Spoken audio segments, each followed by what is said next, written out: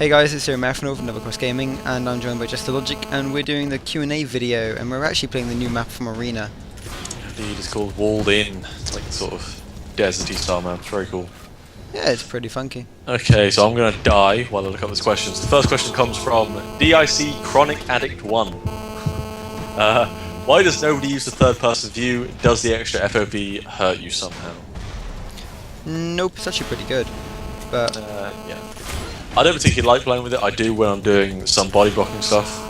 It just makes it easier for me to jump in front of someone to kill them. But no, I'm usually in first person. It feels a lot more comfortable. yeah, same. It's about as simple as that gets. Ooh, okay, and the next question comes from Troll Priest be trolling. Oh god. It's more of a comment than a question, but I thought I'd bring it up. He said, wow, so only way Jug can be good is to have all the premium weapons. To which I reply, to make most of the classes any good, you need at least some, as you call them, premium weapons, although they are just unlocks. The thing about the Juggernaut is you can't either have all of them or none of them, right?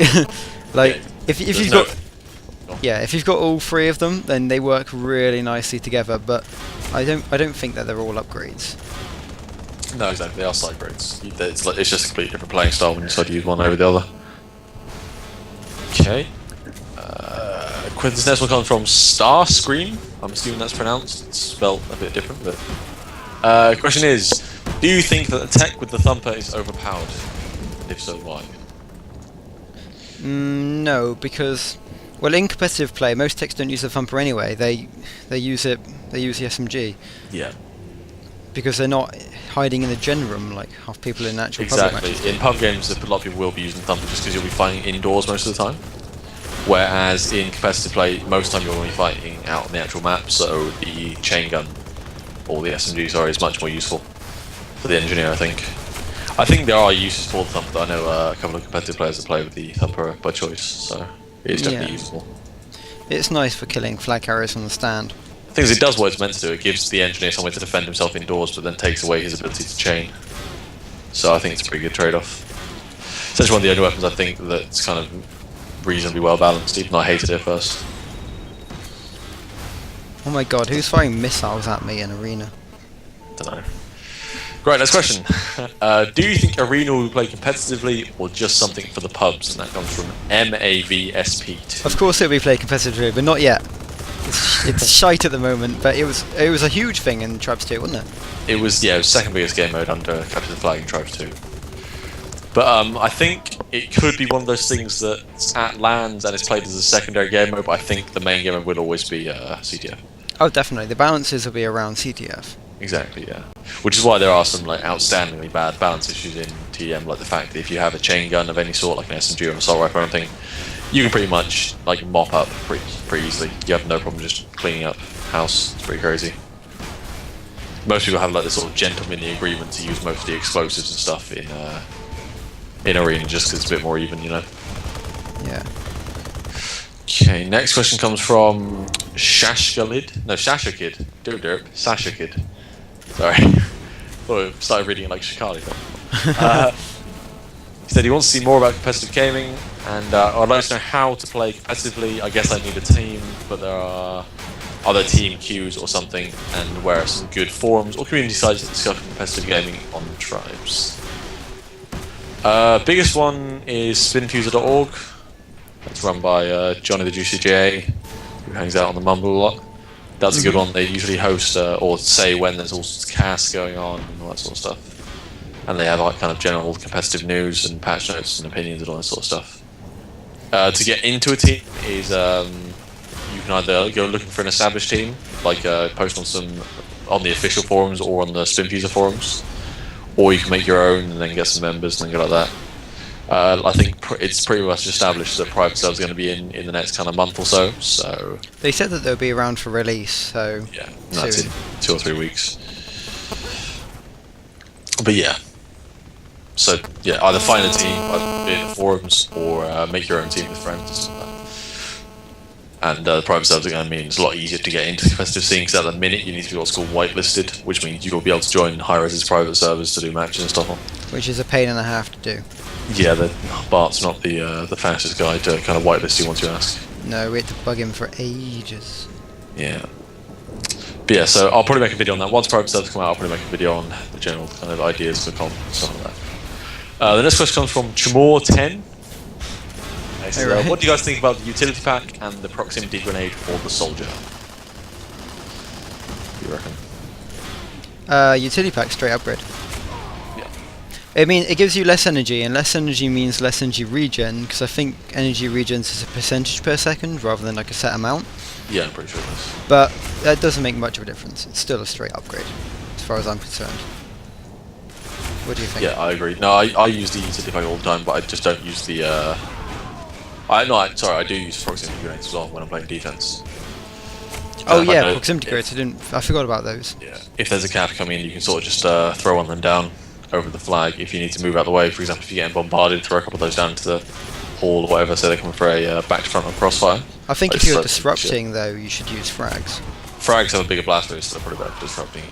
I love frag grenades. Yeah, frag grenades are great. I just got a beastie mid-air then, but it wasn't a kill. You missed that. I'm actually going to play Infiltrator for a little bit in Arena because I'm that guy. Oh Jesus. But yeah, so I think Ow. utility pack is pretty much a flat upgrade, and the proximity grenades depending on the situation. I think a lot of people generally prefer the frags. I just want these guys to close to the proximity, to be honest. I find much more fun to use. Plus, I can get mid-air, it's awesome. Actually, no, I use anti-personnel because I like the damage on them. Yeah, it does sound good. Okay, and the next question comes from Stormaris, and what do you think about the phase rifle versus the BXT1? Because the phase rifle, when compared to the BXT, seems to be usable with both ultra capacitor perks and energy regen pack. Do you think the phase rifle, should get a buff? Well, actually, the BXT's just been nerfed so that it's got more fall off. Yeah. So it's interesting. I can't really comment right now until we see more Sentinels playing it in competitively. I reckon most of them will now use the pulse. I don't. They're still going to stick to the BXT. Because the thing about the only reason it's used altogether is to get like more sustained damage output out, and it means you're not entirely reliant on having to sit in one place, so you can kind of jump up and shoot and stuff like that. It gives you a bit more mobility. Oh right, yeah. Which this current patch wouldn't have addressed at all. It might have like lowered the damage very slightly. I think it does extra, less like 30 damage at max range, something like that. Something silly like that. Yeah, it's not too bad. So I mean, I still think people are going to stick with the standard BXT one. I mean, I like the phase rifle. I think there are some styles of play with the sniper that would mean running like near enough on flag with the sniper. It's rumoured actually that there's going to be a projectile-based one. That'd be cool. So I'm kind of waiting for that. Like running a rage and ultra capacitor or whatever the alternate perk slot thing is, and being on stand with the phase rifle. Yeah, that's good. Very good idea. But then you lose basically your entire like advantage of being in a high position. You can't kind of see where they're coming from. You're basically in the same position as any of the DR, which is obviously a kind of disadvantaged position. Yeah. So I'm not sure either way. God, that Jackal's so good, you know. Right over there, entered channel. And that's the last question. So, any comments? No, not really. None for the Q&A video. Yeah, we'll be doing a patch notes. Oh, actually, there's one question someone asked, and I know I answered it, but I thought I'd say it again. Someone said, "What's the difference between jumping and jump jetting?" Sorry, jetting and jump jetting. And as of this patch, there is none. That's all I was going to say. Is there not? Nope, they fixed it. They fixed it now so that jump jetting on a slope doesn't reduce your speed. Ah, cool. Means I can unbind 2 of my keys then. Yeah, exactly. Because I'm one of these people who had I had jump jet bound to mouse 2 and then just jet bound to mouse 3. No, 4, sorry. Oh, I'm gonna lose this fight. Cool. So you got any questions or? Nothing. That's it. Nice one. Cheers, guys. Post questions below for the next video and so on. We'll do these pretty regularly again. So yeah. Again, they'd have to be about tribes. But someone asked if you wanted an arena video, arena guide even. If we do an arena guide, rest assured I won't be doing it. Jester will, because I know that my arena skills are pretty shite. Out of all the things Zero can do well, don't ever ask him to fight anyone. Yeah, that's why I can't. That's why he does the easy job. Oi.